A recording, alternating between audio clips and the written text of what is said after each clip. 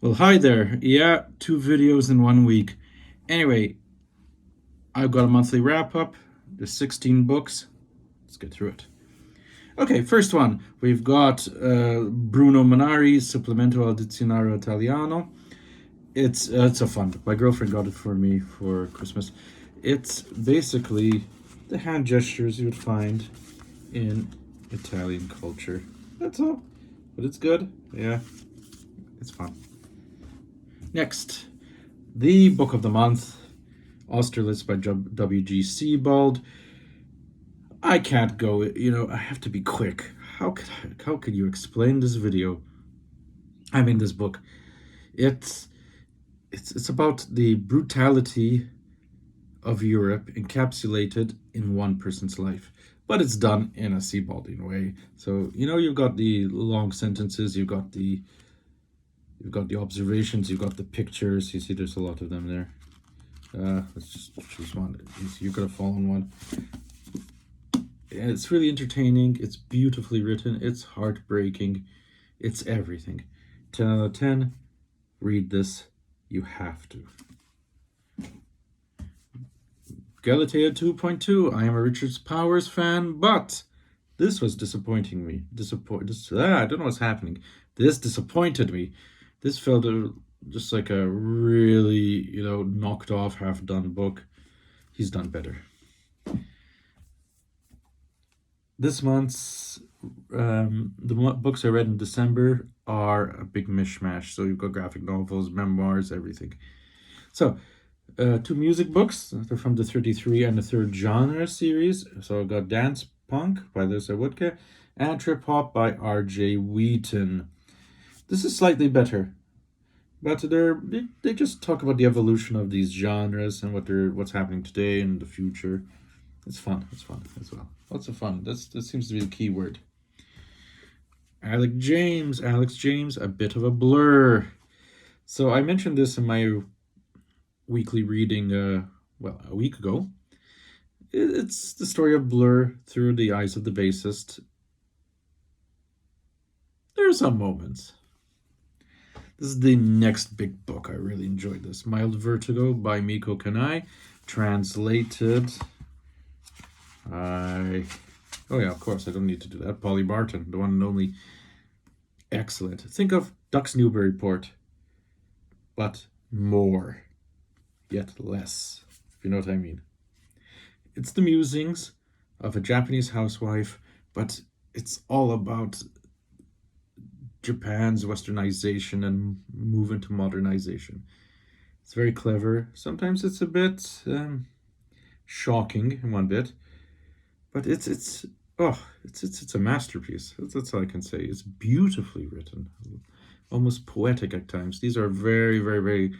The sentences here are very long, but that won't deter you. There's a flow, and you go along with it. Again, Fitzcarraldo strike again. They barely have a misstep. Story of a Goat by Permul Murugan, and that is translated by, I have to see from here, by Anne Kalyan Raman. Yeah, this is in the vein of Animal Farm and Glory. This is an animal fable or political tale. It's got some elements of magic and mysticism, but in the end, it is a commentary on Indian politics, which I don't know very well, but there are some things that can be related to all over the world. I guess that's a sign of a good allegory. This is a very good allegory. This one I just finished this morning, The Eight Mountains. I really enjoyed it, by Paolo Cornetti, and translated by, there are two translators here, Simon Carnell and Erica Segra. It's a very poignant book. It's very observant, and it's about the friendship between two boys and two men.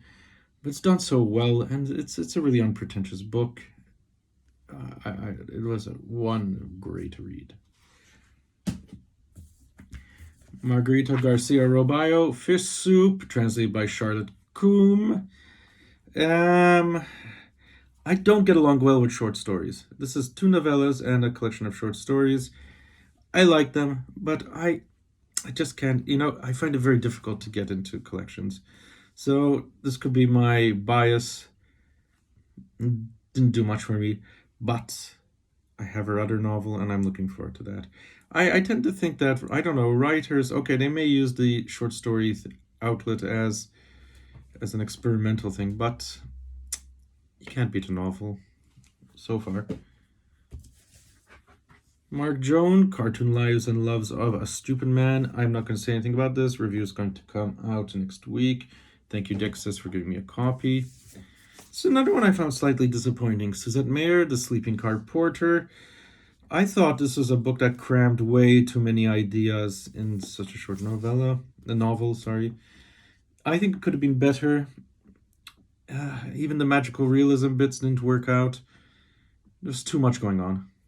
So it spoiled the reading. If there were maybe one or two plots, this would have been much better, in my opinion. Look who's talking. I would have preferred it. Okay, so we had the bassist's view of Blur. Now we've got the guitarist, Graham Coxon's verse chorus monster.